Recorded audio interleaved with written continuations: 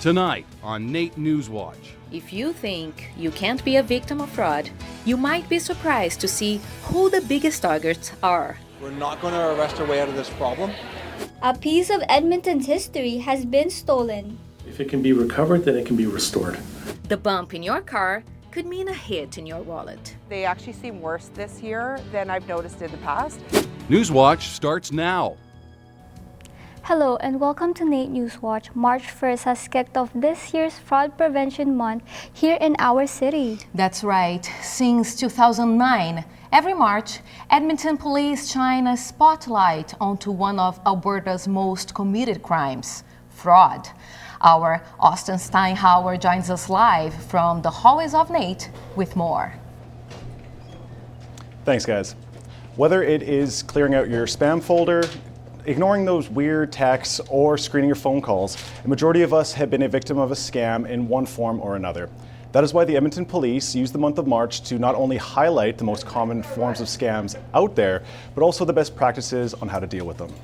The best prevention tool is widespread awareness and education. This is the message Edmonton Police hope Edmontonians take home with them after Monday's fraud prevention event. For Zelda Vaughn, a recent victim of identity fraud, this message comes too late. Her Discord account was hacked and all of her contacts received a fraudulent message from her account under her name. So my friend Taylor notified me that someone had hacked my Discord around midnight one night. So I quickly get up and I go onto my Discord and I check, and it sent a bunch of $50 Steam gift cards to every single one of my close personal friends. One of my friends actually clicked on those links and she lost her entire Steam account. And I still don't know if she has it back yet. It's just cybersecurity nowadays. It's like everything is so susceptible. Like I barely use Discord, but they still got it. While Zelda's story may not seem like a lot to some, in 2024, Edmontonians collectively lost over $48 million to fraudulent crimes. That is why the Edmonton Police Service hosted an event Monday morning here at the Central Lions Senior Center to promote awareness and education. But Detective Scott Abbott said it best. This is the best way to do it, and that's education and prevention. If you get something, text message or an email or a phone call, did you ask for it? Did you initiate that contact? If you didn't, that'd be my first red flag. Don't click the link. Do your research. Say thank you very much, I'll look into it. Hang up, delete the text, and do your own research. Go to the proper website. While the elderly are commonly considered the most targeted demographic for these crimes, a recent study conducted by TD Bank has shown a noticeable increase in young adults aged 18 to 34 becoming the new prime targets. I would say the most important thing that people need to know is that there is a scam for everybody. We have lots of issues where people think that a scam would never happen to them. Oh, I would never fall for a scam. Scams are for seniors, or seniors are often victimized, but actually statistics show that a lot of actually younger people now are victimized by scams. For Zelda Vaughn, all she can do is be proactive, change her information, and remain vigilant against future attempts. I've updated all my passwords, I've gotten a VPN, and I've gotten a password manager to help me manage all these things, because I can't have this happen again.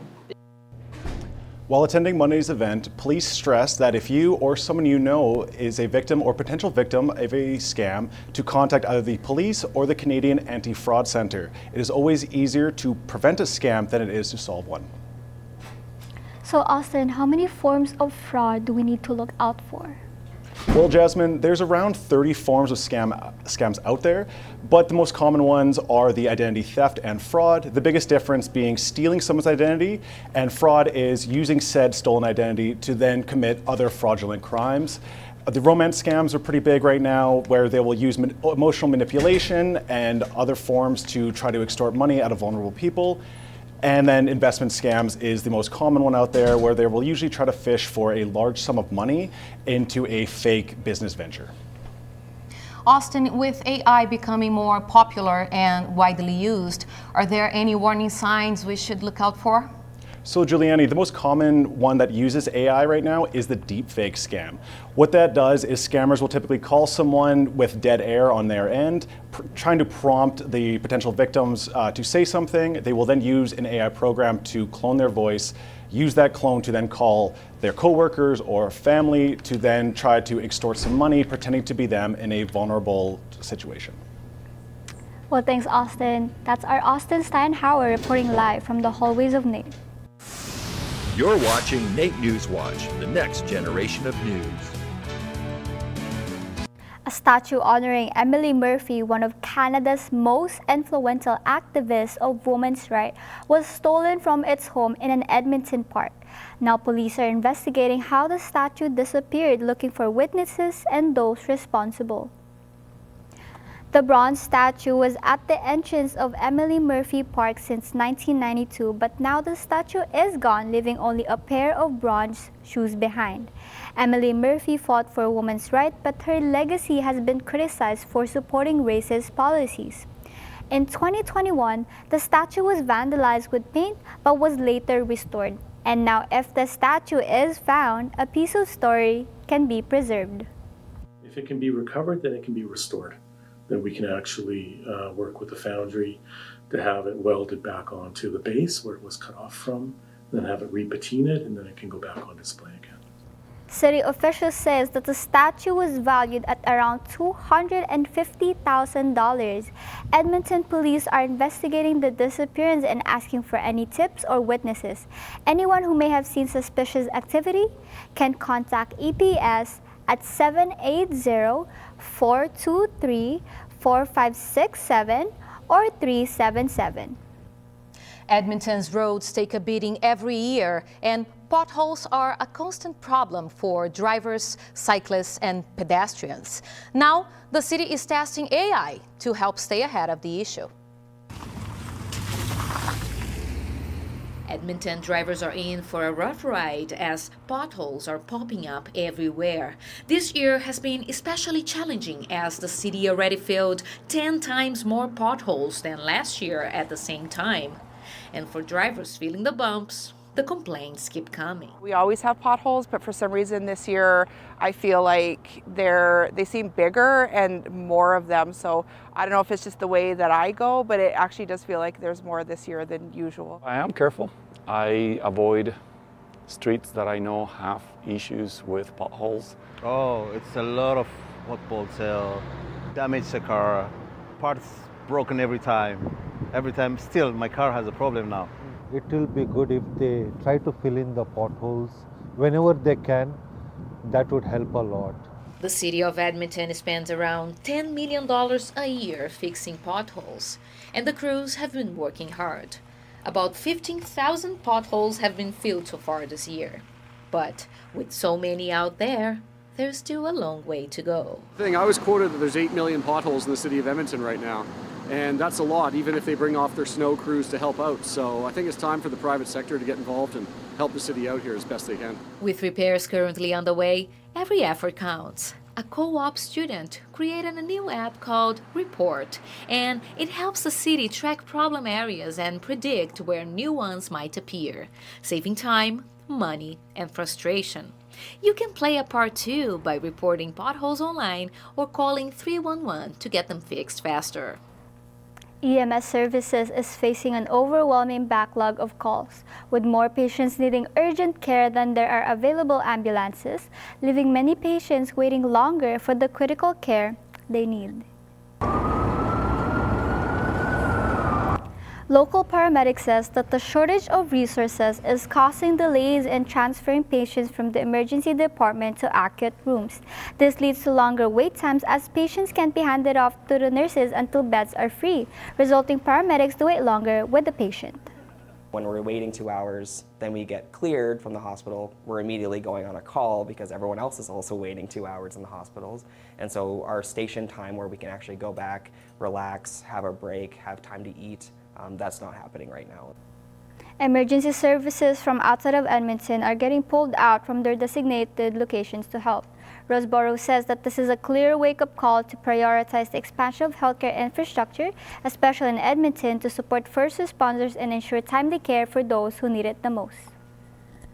There's going to be new investment in post-secondary capital projects this year as part of the province's newly released budget.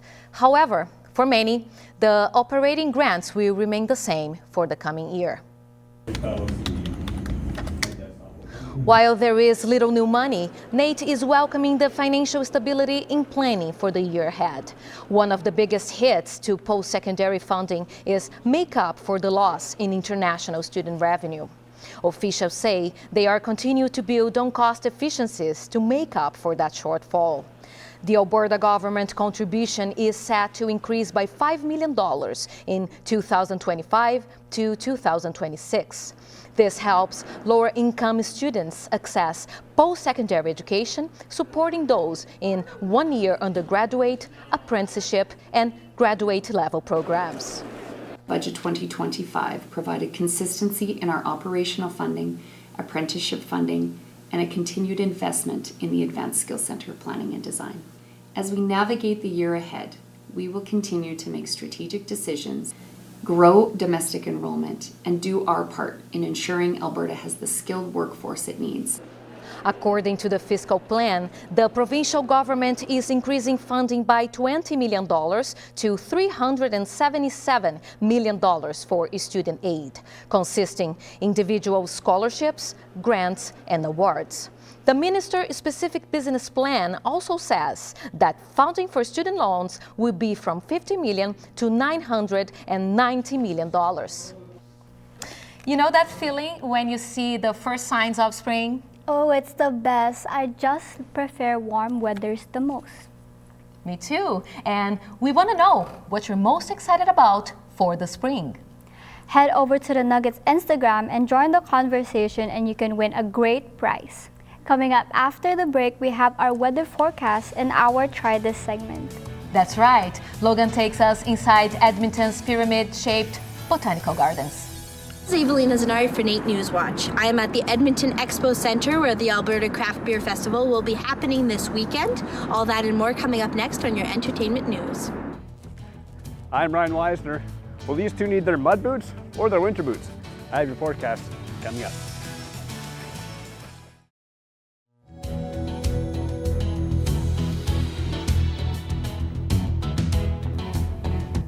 Welcome back. This weekend we have daylight savings. Juliani, does Brazil have daylight savings? Yes, we get 1 more hour in the summer, so we can use it at the beach. But here in Alberta, we're losing 1 hour. Ryan, are the morning lows going to get lower? What's our weather forecast looking like for the weekend? Yes, that's right. We will lose an hour or so, but it's the time of year where my microwave displays the correct time for at least another 6 months or so. Let's take a look at what's happening in weather for the next day or so. Up in Fort McMurray, our friends in Fort McMurray see a high of 5 degrees, but don't let that deceive you. Don't put your winter jackets away. You're gonna have a deep freeze coming in on Sunday. That's gonna be about a 15-degree fluctuation, so in the colder direction. So that's gonna be on Sunday for you. Over in Jasper, nice weather for a day skiing. 7 degrees in town, and we have a chance of precipitation, 60%. You will get snow up above on the snow day for skiing, but that snow means rain in town. Over in Calgary, 13 degrees. They managed to stave away from the freezing temperatures with a morning low of 1 degree. That makes for a nice walk along the Bow River. Over in the capital city in Edmonton, 10 degrees, which is seasonally high with a morning low of -4. We will see that deep freeze, just not as soon as our friends in Fort McMurray. That's going to come later in the week. The averages for this time is -1, so we're about 11 degrees above that, and not too far off from our records. In 1988, we had 15 degrees. So we're about 10 degrees. That's not too far off. -34 for a record in 1951. Don't want to be walking home from school in that. Remember, dodge those potholes, Edmonton, and this has been your weather forecast. I'm Ryan Weisner. NewsWatch Weather, sponsored by NR92, Campus Radio. With the nice weather, it seems like the city has a lot of excitement this weekend, from a new movie to the Brewery of Alberta getting together. That's right. And with International Women's Day, it's nice to see the annual Skirts of Fire Festival back. Our Evelina Zanari has more in entertainment.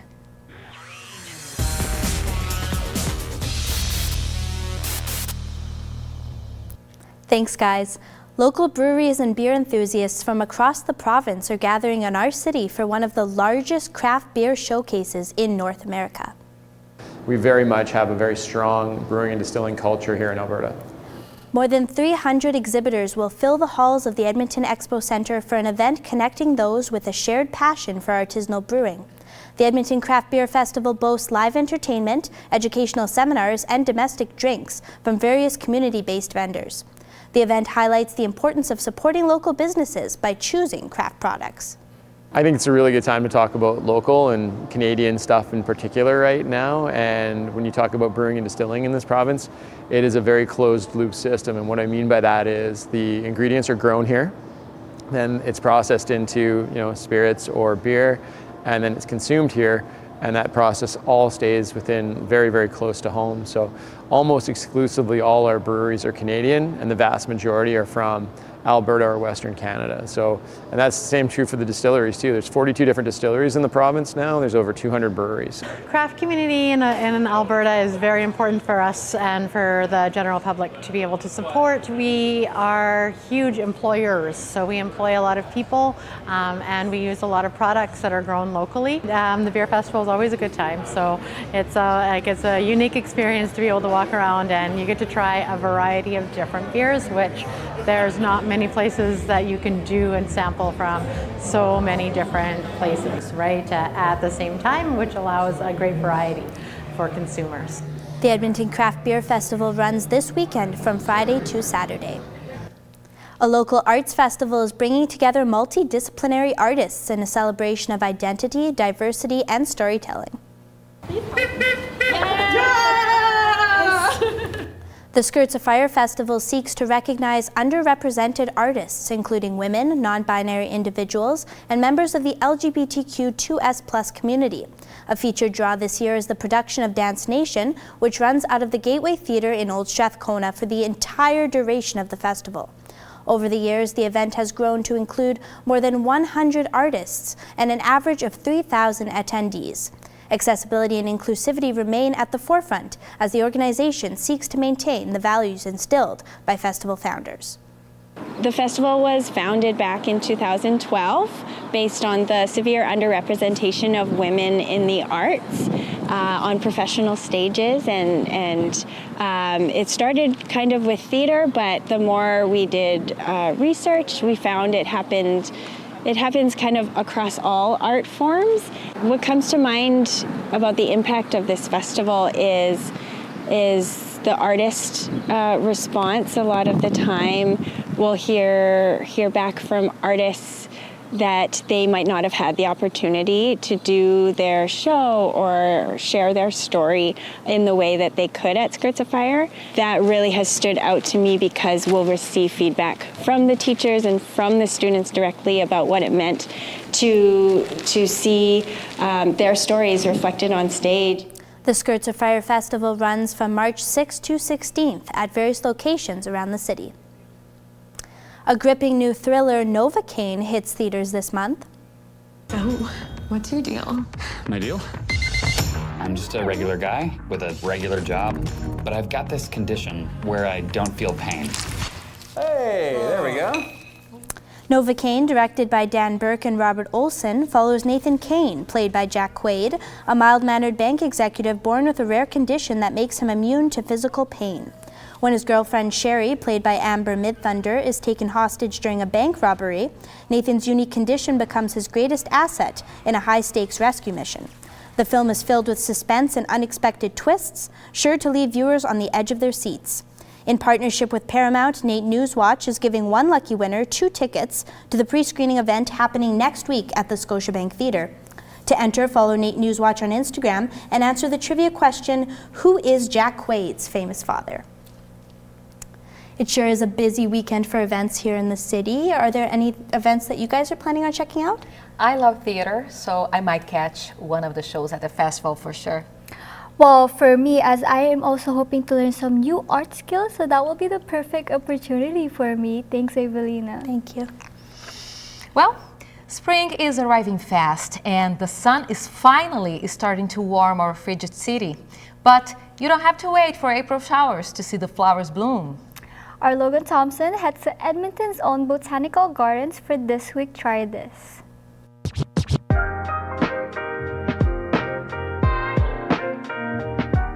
Hey everyone, it's Logan here.